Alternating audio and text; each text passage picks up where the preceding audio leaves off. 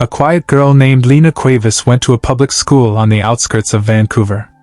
She was calm, focused, and had a real gift for chemistry and physics. But in a classroom full of loud kids, Lina often stayed in the background.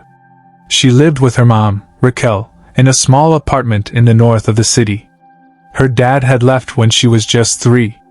It had always been just her and her mother. One day in social studies class, the teacher asked the students to talk about their parents' jobs.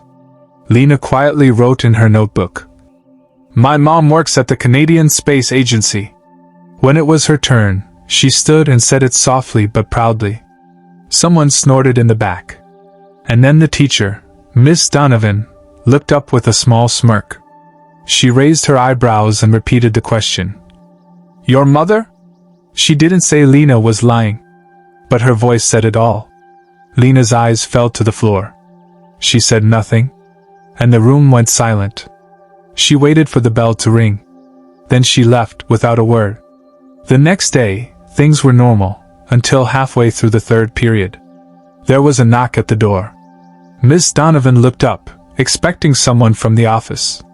But instead, a tall woman walked in, wearing a silver spacesuit. On her sleeve, the Canadian flag and CSA patches.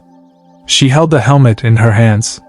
She looked around the stunned classroom and said calmly, "Raquel Cuevas, Aerospace Research Engineer. I specialize in aerothermodynamics." The class fell completely silent. Even the loudest kids didn't dare speak. Raquel spoke with quiet confidence. She explained how she helped design and test spacecraft materials, how her team prepared for missions beyond Earth's orbit.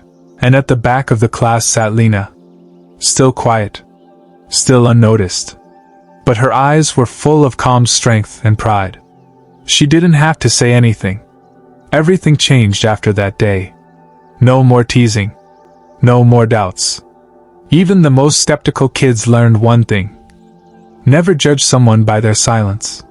Because quiet people often carry the loudest truth. Miss Donovan tried to say sorry. But she didn't need to. The lesson had already been taught. And it spoke louder than words ever could.